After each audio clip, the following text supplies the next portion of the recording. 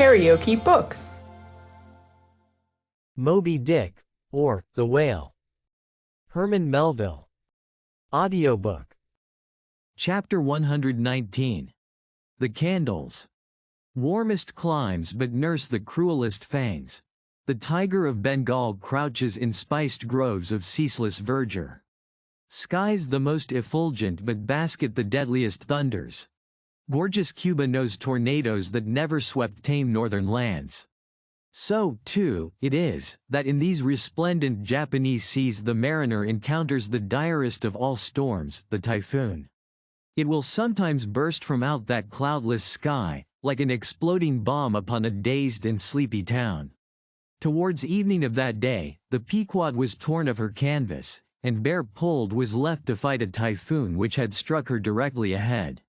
When darkness came on, sky and sea roared and split with the thunder, and blazed with the lightning, that showed the disabled masts fluttering here and there with the rags which the first fury of the tempest had left for its after-sport. Holding by a shroud, Starbuck was standing on the quarter-deck, at every flash of the lightning glancing aloft, to see what additional disaster might have befallen the intricate hamper there, while Stubb and Flask were directing the men in the higher hoisting and firmer lashing of the boats. But all their pains seemed naught. Though lifted to the very top of the cranes, the windward quarter boat, a Hobbs, did not escape. A great rolling sea, dashing high up against the reeling ship's high teetering side, stove in the boat's bottom at the stern, and left it again, all dripping through like a sieve. Bad work, Mr.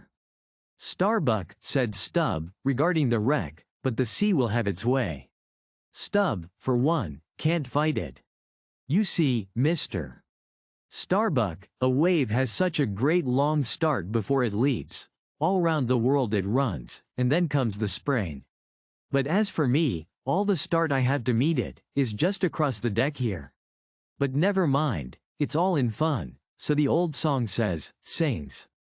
Oh, jolly is the gale, and a joker is the whale, a flourish in his tail. Such a funny, sporty, gamey, jesty, jokey, hokey-pokey lad is the ocean, oh. The scud all a-flyin'. That's his flip only foamin', when he stirs in the spikin'. Such a funny, sporty, gamey, jesty, jokey, hokey-pokey lad is the ocean, oh. Thunder splits the ships, but he only smacks his lips. A tastin' of this flip. Such a funny, sporty, gamey, jesty, jokey, hokey-pokey lad is the ocean, oh. Avast Stubb, cried Starbuck, let the typhoon sing and strike his harp here in our rigging. But if thou art a brave man thou wilt hold thy peace. But I am not a brave man, never said I was a brave man. I am a coward, and I sing to keep up my spirits. And I tell you what it is, Mr. Starbuck, there's no way to stop my singing in this world but to cut my throat. And when that's done, 10 to 1 I sing ye the doxology for a wind-up. Madman! Look through my eyes if thou hast none of thine own. What? How can you see better of a dark night than anybody else, never mind how foolish? Here, cried Starbuck, seizing Stubb by the shoulder, and pointing his hand towards the weather bow, markest thou not that the gale comes from the eastward, the very course Ahab is to run for Moby-Dick? The very course he swung to this day noon? Now mark his boat there, where's that stove? In the stern sheets, man, where he is wont to stand, his standpoint is stove, man. Now jump overboard and sing away, if thou must. I don't half understand ye. What's in the wind? Yes, round the Cape of Good Hope is the shortest way to Nantucket, soliloquized Starbuck suddenly, heedless of Stubb's question. The gale that now hammers at us to stave us, we can turn it into a fair wind that will drive us towards home. Yonder, to windward, all is blackness of doom, but to leeward, homeward, I see it lightens up there, but not with the lightning. At that moment, in one of the intervals of profound darkness, following the flashes, a voice was heard at his side, and almost at the same instant a volley of thunder peals rolled overhead. "Who's there?" "Old thunder," said Ahab, groping his way along the bulwarks to his pivot hole, but suddenly finding his path made plain to him by elbowed lances of fire. Now, as the lightning rod to a spire on shore is intended to carry off the perilous fluid into the soil, so the kindred rod which at sea some ships carry to each mast, is intended to conduct it into the water. But as this conductor must descend to considerable depth, that its end may avoid all contact with the hull, and as moreover, if kept constantly towing there, it would be liable to many mishaps, besides interfering not a little with some of the rigging, and more or less impeding the vessel's way in the water. Because of all this, the lower parts of a ship's lightning rods are not always overboard, but are generally made in long slender links, so as to be the more readily hauled up into the chains outside, or thrown down into the sea, as occasion may require. "The rods! The rods!" cried Starbuck to the crew, suddenly admonished to vigilance by the vivid lightning that had just been darting flambeau, to light Ahab to his post. "Are they overboard? Drop them over, fore and aft. Quick!" "Avast!" cried Ahab. "Let's have fair play here, though we be the weaker side. Yet I'll contribute to raise rods on the Himalayas and Andes, that all the world may be secured, but out on privileges." "Let them be, sir." "Look aloft," cried Starbuck. "The corpuscents! The corpuscents!" All the yard arms were tipped with a pallid fire, and touched at each tri-pointed lightning rod end with 3 tapering white flames. Each of the 3 tall masts was silently burning in that sulphurous air, like 3 gigantic wax tapers before an altar. "Blast the boat! Let it go!" cried Stubb at this instant, as a swashing sea heaved up under his own little craft, so that its gunwale violently jammed his hand, as he was passing a lashing. "Blast it!" But slipping backward on the deck, his uplifted eyes caught the flames, and immediately shifting his tone he cried, "The corpuscents have mercy on us all." To sailors, oaths are household words. They will swear in the trance of the calm, and in the teeth of the tempest. They will imprecate curses from the topsail yard arms, when most they teeter over to a seething sea.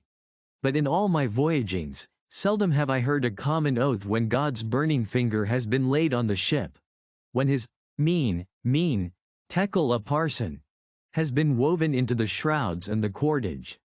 While this pallidness was burning aloft, few words were heard from the enchanted crew, who in one thick cluster stood on the forecastle, all their eyes gleaming in that pale phosphorescence, like a faraway constellation of stars. Relieved against the ghostly light, the gigantic jet negro, Dagu, loomed up to thrice his real stature, and seemed the black cloud from which the thunder had come. The parted mouth of Tashtego revealed his shark white teeth, which strangely gleamed as if they too had been tipped by corpuscents. While lit up by the preternatural light, Queequeg's tattooing burned like satanic blue flames on his body.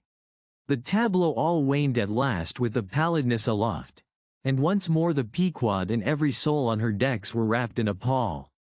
A moment or two passed, when Starbuck, going forward, pushed against some one. It was Stubb. "What thinkest thou now, man? I heard thy cry, it was not the same in the song." No, it wasn't. I said the corpuscents have mercy on us all, and I hope they will, still. But do they only have mercy on long faces? Have they no bowels for a laugh? And look ye, Mr. Starbuck, but it's too dark to look. Hear me, then. I take that masthead flame we saw for a sign of good luck, for those masts are rooted in a hold that is going to be chock-a-block with sperm oil, day see. And so, all that sperm will work up into the masts, like sap in a tree. Yes, our 3 masts will yet be as 3 spermaceta candles. That's the good promise we saw. At that moment Starbuck caught sight of Stubb's face slowly beginning to glimmer into sight. Glancing upwards, he cried, "See! See!" And once more the high tapering flames were beheld with what seemed redoubled supernaturalness in their pallor. "The corpuscents have mercy on us all," cried Stubb, again. At the base of the mainmast, full beneath the doubloon and the flame, The Parsee was kneeling in Ahab's front, but with his head bowed away from him. While nearby, from the arched and overhanging rigging, where they had just been engaged securing a spar, a number of the seamen, arrested by the glare, now cohered together, and hung pendulous, like a knot of numbed wasps from a drooping, orchard twig. In various enchanted attitudes like the standing or stepping or running skeletons in Herculaneum, others remained rooted to the deck, but all their eyes upcast. "Aye, men," cried Ahab. "Look up at it. Mark it well. The white flame but lights the way to the white whale. Hand me those mainmast links there. I would fain feel this pulse, and let mine beat against it, blood against fire. So."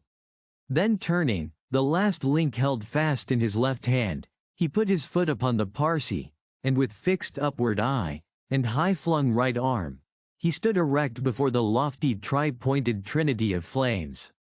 "Oh, thou clear spirit of clear fire, whom on these seas I as Persian once did worship, till in the sacramental act so burned by thee, that to this hour I bear the scar. I now know thee, thou clear spirit, and I now know that thy right worship is defiance. To neither love nor reverence wilt thou be kind, and e'en for hate thou canst but kill, and all are killed. No fearless fool now fronts thee. I own thy speechless, placeless power, but to the last gasp of my earthquake life will dispute its unconditional, unintegral mastery in me. In the midst of the personified impersonal, a personality stands here. Though but a point at best, whencesoe'er I came, wheresoe'er I go, yet while I earthly live, the queenly personality lives in me, and feels her royal rights. But war is pain, and hate is woe. Come in thy lowest form of love, and I will kneel and kiss thee. But at thy highest, come as mere supernal power, and though thou launchest navies of full-freighted worlds, there's that in here that still remains indifferent. Oh, thou clear spirit, of thy fire thou maddest me, and like a true child of fire, I breathe it back to thee." Sudden, repeated flashes of lightning, the 9 flames leap lengthwise to thrice their previous height. Ahab, with the rest, closes his eyes, his right hand pressed hard upon them. "I own thy speechless, placeless power, said I not so? Nor was it wrung from me, nor do I now drop these links. Thou canst blind, but I can then grope. Thou canst consume, but I can then be ashes. Take the homage of these poor eyes and shudder hands. I would not take it. The lightning flashes through my skull, mine eyeballs ache and ache, my whole beaten brain seems as beheaded, and rolling on some stunning ground. Oh! Yet blindfold, yet will I talk to thee. Light though thou be, thou leapest out of darkness, but I am darkness leaping out of light, leaping out of thee. The javelins cease, open eyes, see or not. There burn the flames. Oh, thou magnanimous! Now I do glory in my genealogy. But thou art but my fiery father, my sweet mother, I know not. Oh, cruel!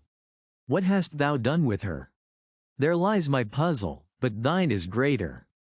Thou knowest not how came ye, hence callest thyself unbegotten, certainly knowest not thy beginning, hence callest thyself unbegun. I know that of me, which thou knowest not of thyself, O thou omnipotent. There is some unsuffusing thing beyond thee, thou clear spirit, to whom all thy eternity is but time, all thy creativeness mechanical. Through thee, thy flaming self, my scorched eyes do dimly see it.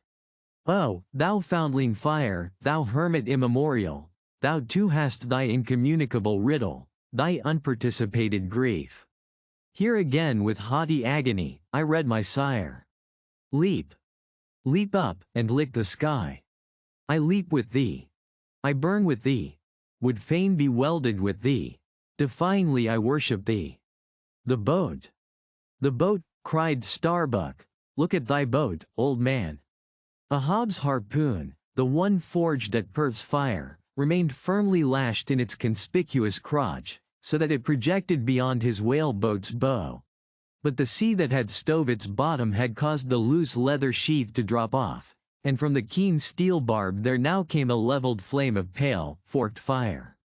As the silent harpoon burned there like a serpent's tongue, Starbuck grasped Ahab by the arm. God is against thee, old man, forbear. 'Tis an ill voyage. Ill begun, ill continued. Let me square the yards, while we may, old man, and make a fair wind of it homewards, to go on a better voyage than this. Overhearing Starbuck, the panic-stricken crew instantly ran to the braces, though not a sail was left aloft. For the moment all the aghast mates' thoughts seemed theirs, they raised a half-mutinous cry. But dashing the rattling lightning links to the deck, and snatching the burning harpoon, Ahab waved it like a torch among them, swearing to transfix with it the first sailor that but cast loose a rope's end. Petrified by his aspect, and still more shrinking from the fiery dart that he held, the men fell back in dismay, and Ahab again spoke. All your oaths to hunt the white whale are as binding as mine, and heart, soul, and body, lungs and life, old Ahab is bound. And that ye may know to what tune this heart beats, look ye here, thus I blow out the last fear.